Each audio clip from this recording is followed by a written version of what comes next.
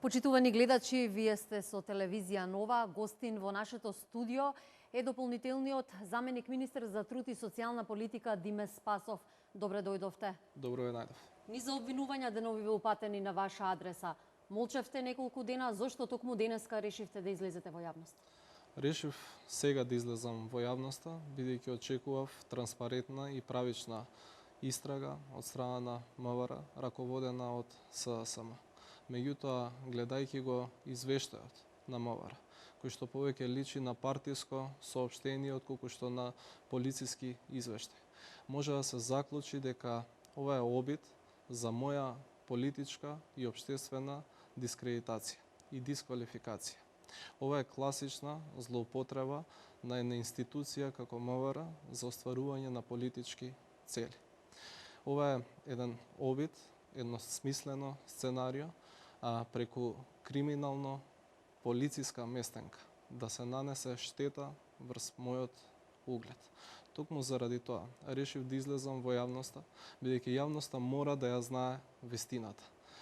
Во овој период ми беше многу тешко, бидејќи бевме сведоци на невидени навреди, клевети, големи лаги, манипулации, конструкции и местенки на мое име. Токму поради тоа, бидејќи денес имам можност да ја соопштам само вистината на јавноста, чувствувам олеснување. Спасов, велите дека станува збор за местенка, но за да ја слушне јавноста вистината, кажете ни што точно се случило вечерта на настанот за кој што стаса обвинувањата на ваша адреса. Ќе почнам од почеток. На 28.10. оваа година, некаде околу 23 часот, возејќи во правец од арената Филип II кон Илинденска, свртев на Илинденска десно, продолжив право и на семафорите кај Золошка свртив лево и застанав на следните семафори прописно на црвено светло.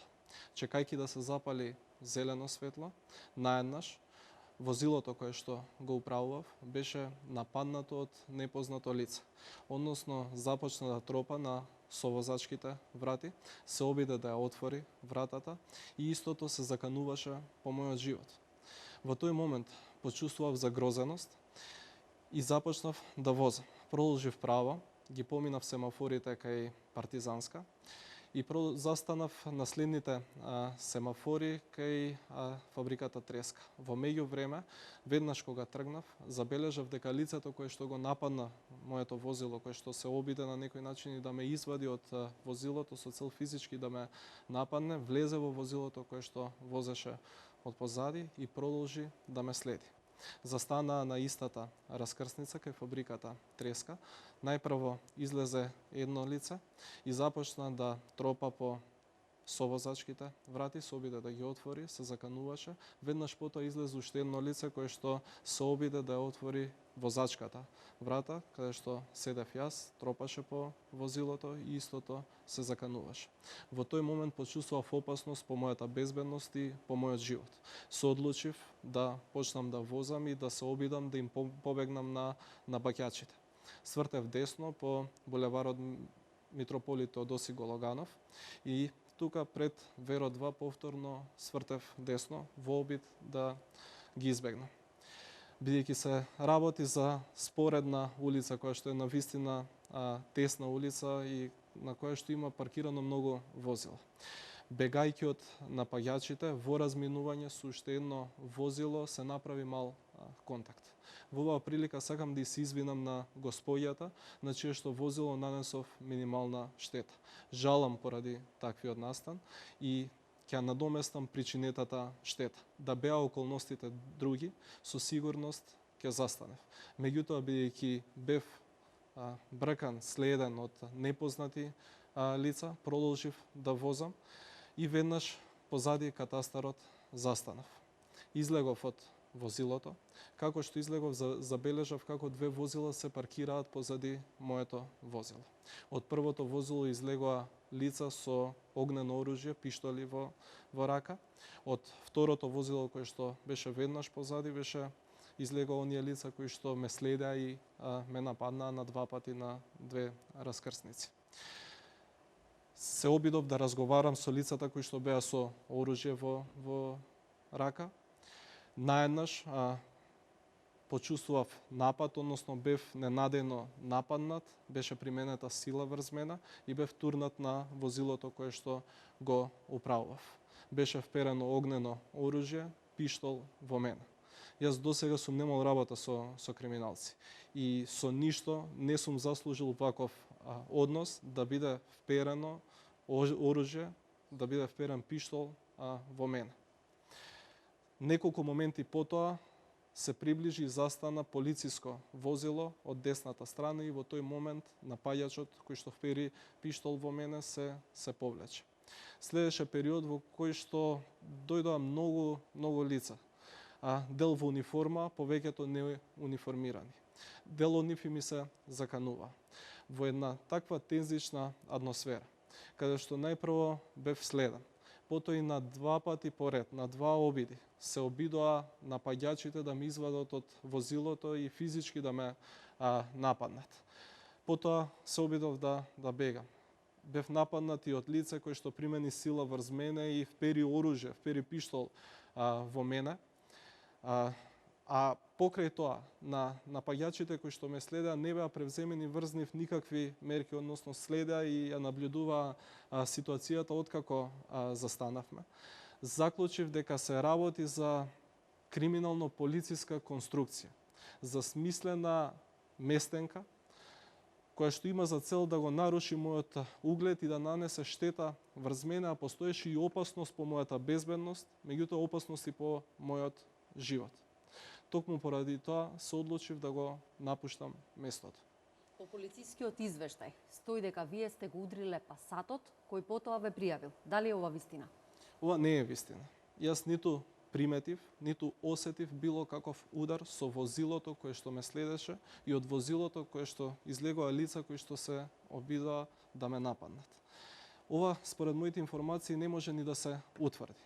Впрочем, и во пракса, најчесто, кога ќе се случи судар или контакт со две возила, оние кои што пријавуваат или оној кој што пријавува, најчесто ја чека полицијата да дојде увидната екипа, седи и останува на местото на настанот со цел да се утврдат околностите под кои што е случен настанот, причинетата штета, како и вината. Ова не беше случај. Јас можеби сум се разминал со тоа возило, меѓутоа не почувствував никаков контакт или пак никаков удар, а возилото го забележав дека ме следи. Потоа на два пати бев нападнат од лицата и тие се обидоа да ме извадат од возилото кое што го управував. Спасов, зошто користевте возило од Агенцијата за вработување? Јас возилото на Агенцијата за вработување го користев врз основа на договор за техничка соработка, соуредно, полномошно и се е согласно закон. Техничката министерка Ременски ми нема обезбедено основни услови за работа. Јас ниту имам службено возило од Министерството за труд и социјална политика, ниту имам соодветни канцеларии за мене и за мојот кабинет. Веднаш после назначувањето за министер, таа не се потруди да ми ги обезбеди основните услови за работа, ниту се заинтересира, ниту канцеларија, ниту службено возило. Откако беше именувана, јас веднаш истиот ден и ги ставив на располагање министерскиот кабинет и службеното возило. Ова е очаен обид за да се запрат моите активности, да се блокираат проектите кои што ги реализираме. Нечесно и реално многу ниско. Јас во принцип не коментирам мали работи. И ова за прв пат ќе го кажам во медиумите. Јас во Министерството за труд и социјална политика, односно во зградата каде што е Министерството, меѓутоа и многу други институции, сум на третиот кат сместен. Јас и мојот кабинет. Во простории кои што не се на Министерството.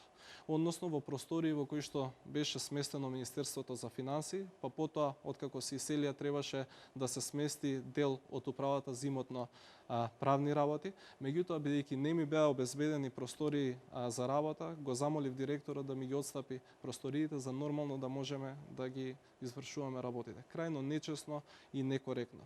Ова е стилот на работа на СДСМ и на функционерите од СДСМ, кои што со нивните активности покажуваат голема некадарност, голема непрофесионалност, и голема нечесност. Со лаги, со манипулации, со местенки, со смислени конструкции, само да се наштети. Тоа е начинот на кој што тие функционираат. Тоа се покажува и преку овој смислен настан, преку оваа криминално-полициска местенка која што беше реализирана во петокот вечерта, само со цел да се наштети на мојот интегритет, на мојот углед, само да се направи штета.